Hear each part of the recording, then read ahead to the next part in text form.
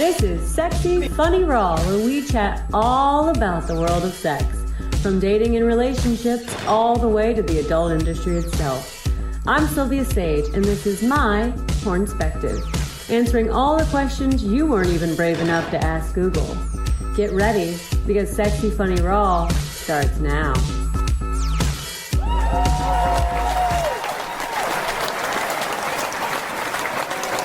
Welcome back to another episode of Sexy Funny Raw. I am your host, Silvia Saige, and I am joined in-house by my co-host, Dr. Eddie, and giving us public health perspective.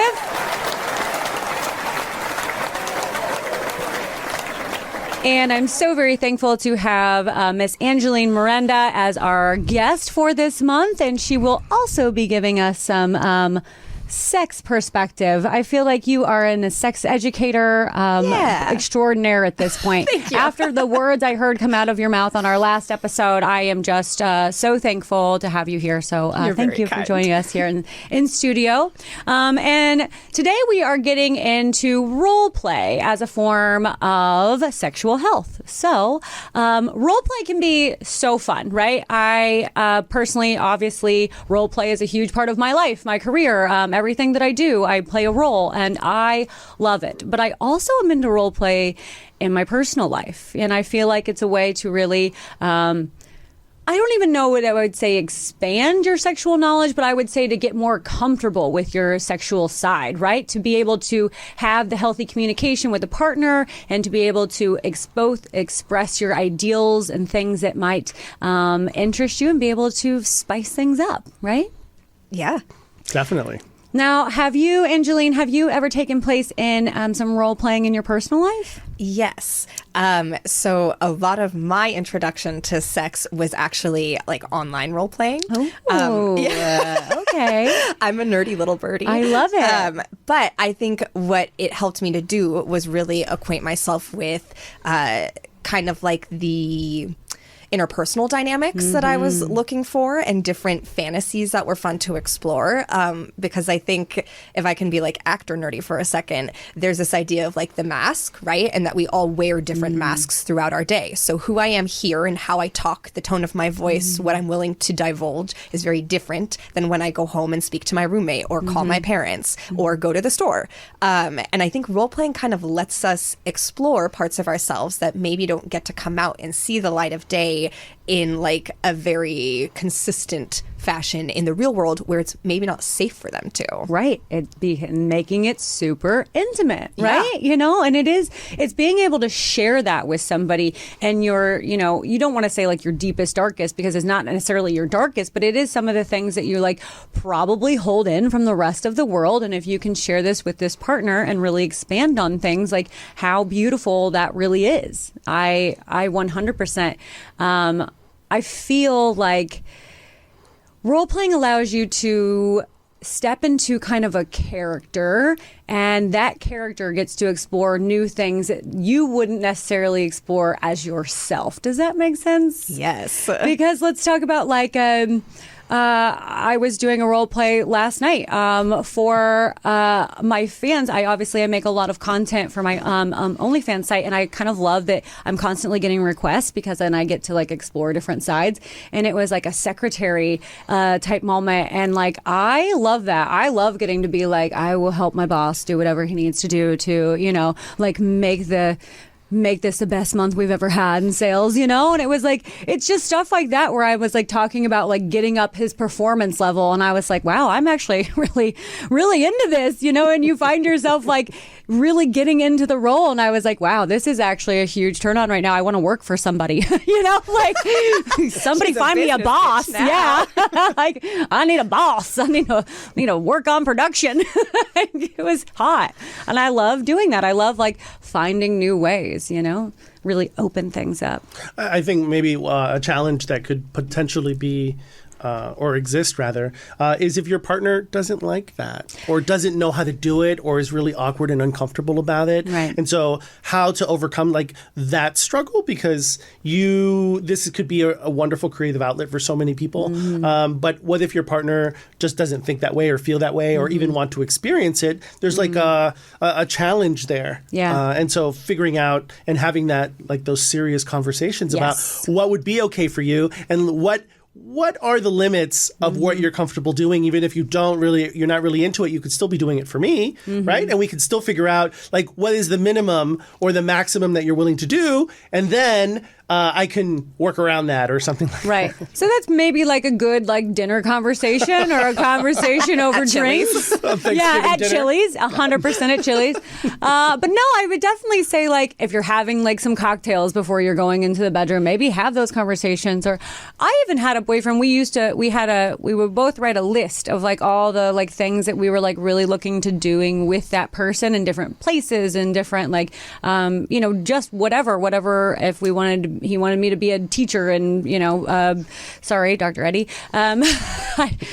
No one's teaching here. So I just think it was fun. And then we both compared our list and we went down and did exactly that. What would you be comfortable with doing here? And what would I be comfortable with doing here? And maybe I step into something that I wasn't necessarily comfortable with, but to try with this partner. And then when we're done, we both reconnect and see how we felt about it, Yeah. Okay. So there's a great resource for this, actually. If you are somebody who maybe rejection is like a little bit scary for you, but this is something you want to try, there are like apps and websites where you can both go on and you can click the things that you are interested in trying, but it will only show you both the like overlap of it. So anything you said yes to that the other person said no to, they won't see. And what's this app? I will have to, let me get you like show notes for it. Yeah. Because there's a couple different options. We're going to link it for sure. Because I definitely I am interested in seeing this. And so it's like a Tinder, but it's for... No. It's not that. No. It's not Tinder. Yeah. I mean, there are other apps that are definitely very kink positive. Okay, that's what I thought you were going with. Okay, yes. So it's not an app. No.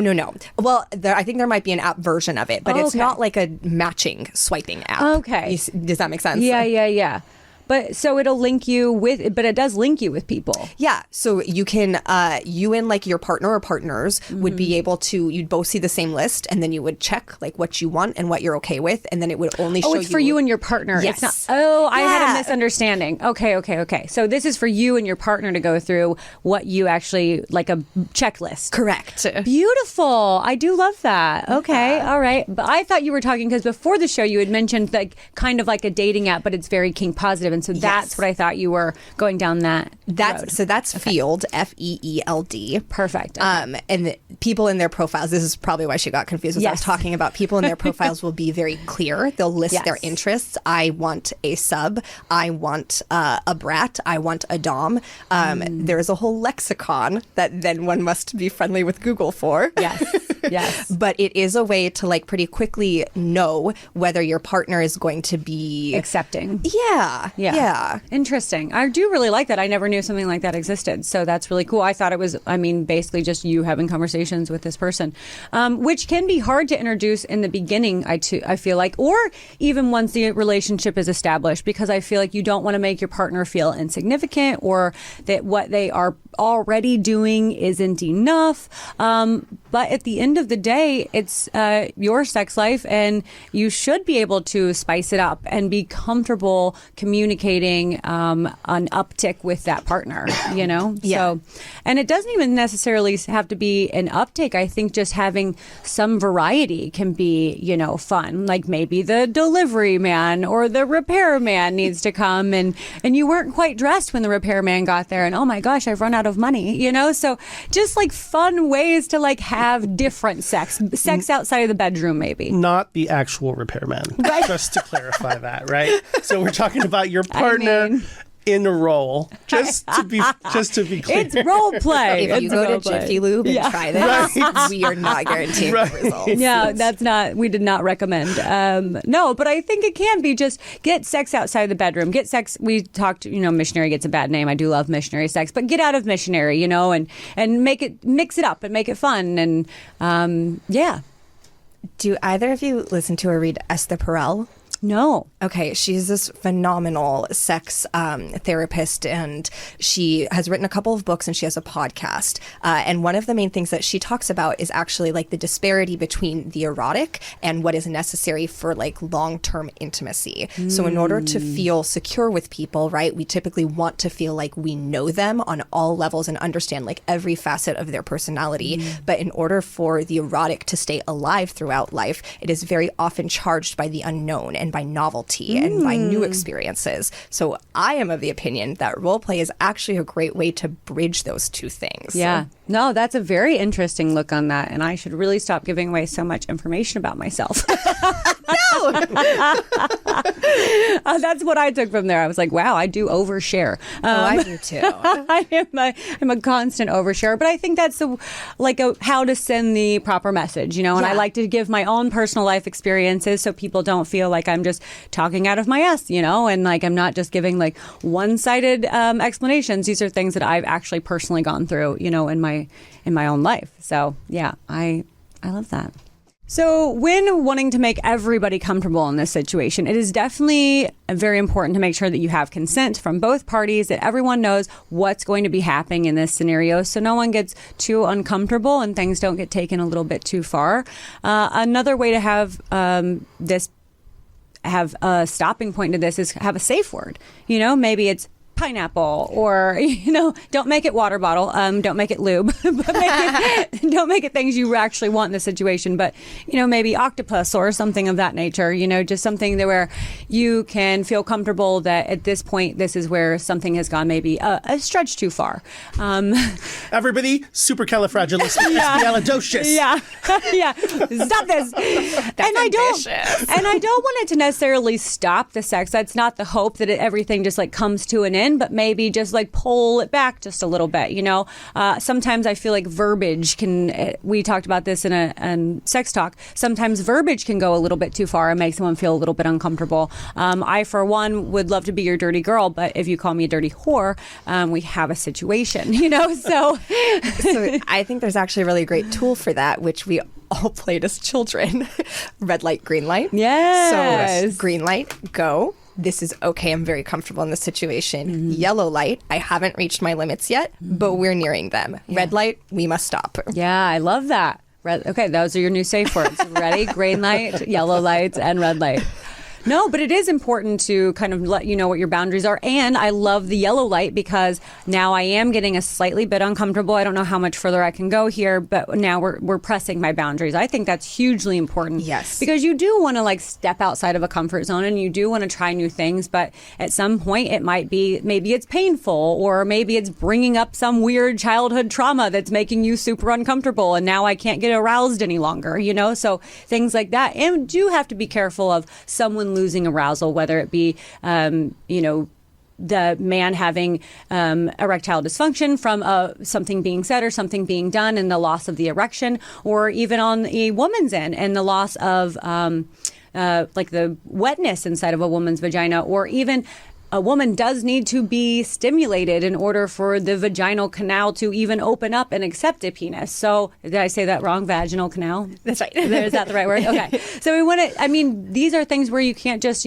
shove a penis in. Like a woman does need to be aroused. So these are things that can ebb and flow throughout the sex. And sometimes, your mind is just going a different place, and we want to definitely reconnect and get to a comfortable place with each other. So red light, green light, yellow lights, comfortable, not getting too comfortable, and now we've reached the point. Yeah, I love that. I'm going to be traffic stopping every sexual experience from here on out. We'll get you a little sign. Next to the door, or next to the bed. That's exactly what I need. You just tap it. What happens in countries where the colors are reversed? But that's a different story. That's true. Okay, actually, though, can we talk about, you just brought up something really great. Yeah. Verbal cues are not always an option for everybody. So this could be because of neurodivergence. Like some people who are overstimulated might have difficulty then verbalizing what's going on with them. Yeah. It can also be because, like, your mouth is full of a dick. Yeah. A wild variety of things. You're in bondage. There's a ball gag. Right. And in those situations, typically what I've heard and seen, and tell me if you guys have different experiences, like tapping. Pinching or something. Exactly. So like if I tap you twice, that means we need to stop. If I touch you here, like this, then that means that we need to slow down, etc. Yeah, we do that in pornography as well, and it's definitely a pinch if something's like uncomfortable. Or in the ball gag situation, they tell you to go moan 3 times. It's in a row, and that means stop. But Morse code. Yeah, In a ball gag. Yeah, it is. On kink sets, it is. Every fine print is read, and there is no missteps taken when it comes to anything BDSM and pornography. They are on top of it. It is like the moment they put that ball gag in your mouth, you've already signed 16 waivers saying that you've consented to this and what to do to get out of it. Yeah, and the moment you they will stop all production, pull that gag right out of your mouth within seconds. And I've had that happen before, and I was like, "What happened?" And they were like, "You and I was like, "Oh, No, it was not on purpose. I did not on purpose. I was fine. We can go right back into this, but they are quick with it, and it is so reassuring. But yeah, absolutely. Well, and that's something I think really beautiful about the kink community that we might benefit from introducing into like other, forms and frameworks of sexuality, is that there is a lot of discussion of Consent. Yeah, consent, and how amorphous that can be, how it can change at different times, Yes. How many different parts of that there are. And I think knowing the boundaries within what you're able to operate in allows people to then be freer because they're not worried about what if I overstep, because they know. And it is constantly evolving, and it's even evolving within the sex that you're having. Yes. So consent, we've talked about it so many times, but consent is so important throughout the sexual process, from even the making out to getting into sex. Everything has its own boundary. And I'm not saying that you stop the session and been like, are you ready for the insertion? That's not what we're looking for. Not exactly. Yeah. You can turn on the lights. Yeah. The lights go Yeah. You may guide proceed. you in. Yeah. But I mean, just taking the cues from your partner and knowing, what is acceptable and what they're looking for. And hopefully you've had the conversation before and you both know what you're getting into. And again, aftercare being so wildly important to really assess how your partner felt in that situation and what they were comfortable with and what they could maybe use a little bit more of, or, how we switch it up on the next time to make everybody happy. I love switching it up. I think there is nothing more than I love than being a man during sex. I don't know your personal, Angeline.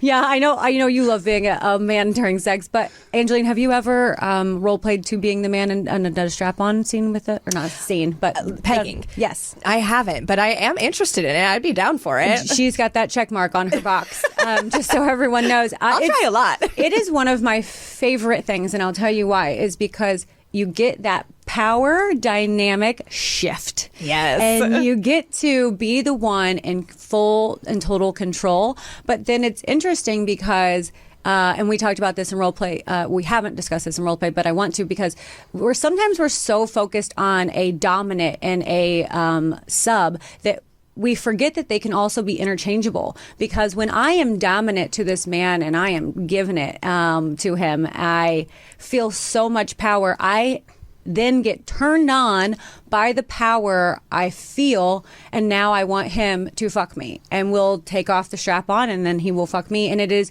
some of the most mind-blowing sex to me because I've just had the roles so switched, and that's not something I get in a regular sex situation because there's not a lot of straight men who are comfortable in that situation. Let's talk about that scale again, you guys, where it actually lies. But there are not a lot of self-describing straight men who are comfortable being pegged by a woman. So you don't get to have that shift. But that's where I think this is so very important, and letting it step in and like having the conversations. And I think a lot of men would be very apt to just let that role switch just every once in a while. You know? Yeah, because I think that a lot of that is societal pressure and like our construct of how one needs to behave in order to be masculine and therefore like sexually valuable. Right? It is about significance and about being able to attract people that you want to connect with. Your prostate is in your booty, boys. Yep.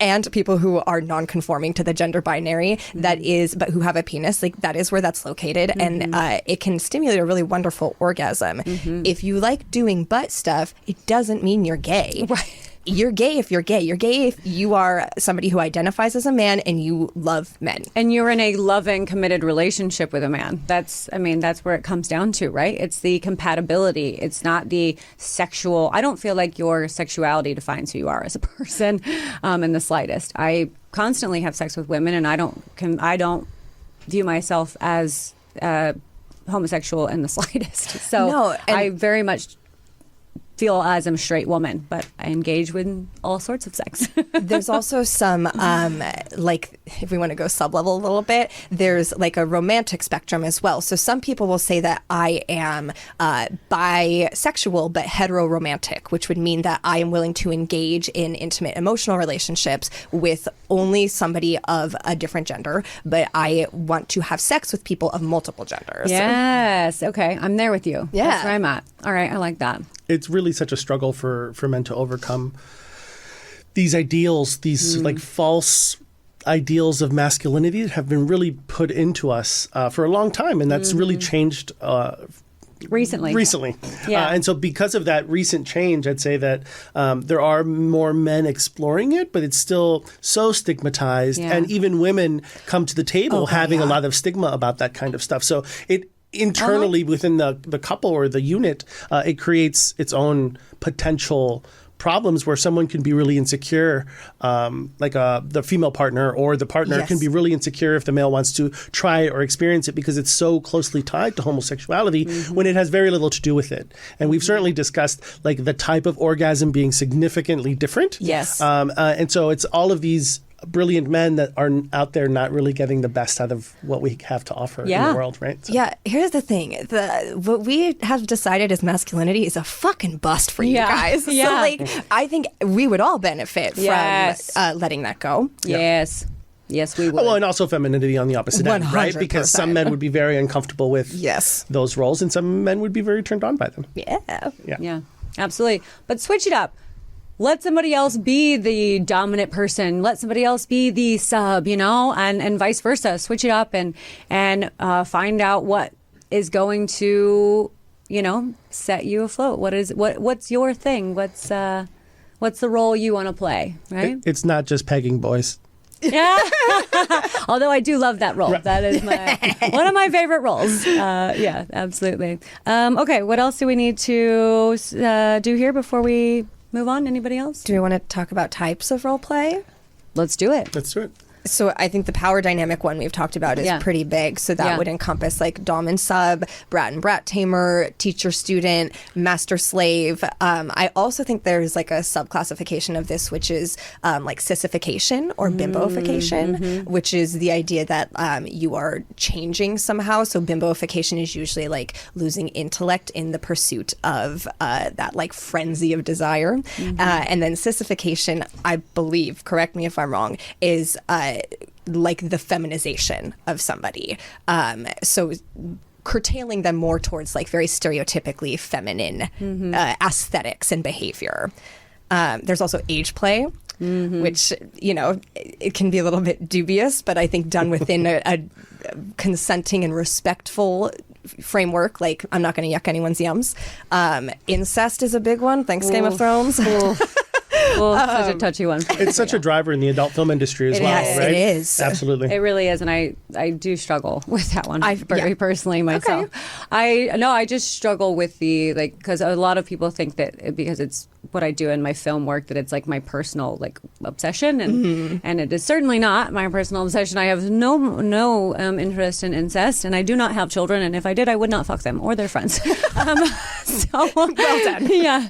But I wanted to touch on something that you mentioned when we were talking about the types of role play, and you mentioned not the dom sub, but the like owning someone. What was the word I'm Master looking slave. for? Master slave. Thank you very much. That's the master slave dynamic, or mistress slave. Mistress slave. I feel like sometimes people think, though, that is, that this person is kind of like stuck in this role. But I want everyone to know that this type of situation is something that people can always opt out of. At any point, your master has, kept you a slave for too long, you can literally just get up and go, okay, I'm done. Like, it's not like you're keeping this person in a cage. And if you are keeping them in a cage, maybe they've asked to be put into a cage. Yes. So, but also at any point in time, it is like a situation you can always exit, and it is like a comforting place also. I feel like the people who are taking place in that type of sexual pleasures are doing so with a lot of consent and a lot of conversation before really driving down that road. I feel. Yes. At least the people I know who take place in it. There are a lot of different levels of subservience when we talk about BDSM, and specifically the owner-slave dynamic, which we can get into more in dom-sub, because it is pretty dom-subby. But there are, fail-safes in place. There are different, time commitments, different lifestyle choices that all go along with that. And there's nothing inherently wrong with any of them, as long as everybody is consenting. Right. Yeah. I just think sometimes that gets glossed over and looks like a very negative place to be in, when really it is just still a sexual place that people have decided to go to. Yes. So all of that being said, I feel like at this point we can conclude the episode of role play and how it can really help you in your sexual life, and just really spice things up, make things fun, and make things interesting. Not that your sex life is even lacking, but you never know. Introducing new things can always be fun. So I thank you so much, Angeline, for all of your advice here today and your fun stories. Tell the people where they can find you. So we are on Instagram at AP Sex Education, as in advanced placement sex education, and we are on TikTok as AP Sex, SEGGSED, sex ed, because the censors on TikTok are pretty gnarly. Love it. Thank you so much. And Dr. Eddie, thank you as always for all of your public health perspective. And until next time, guys, adios. Hey.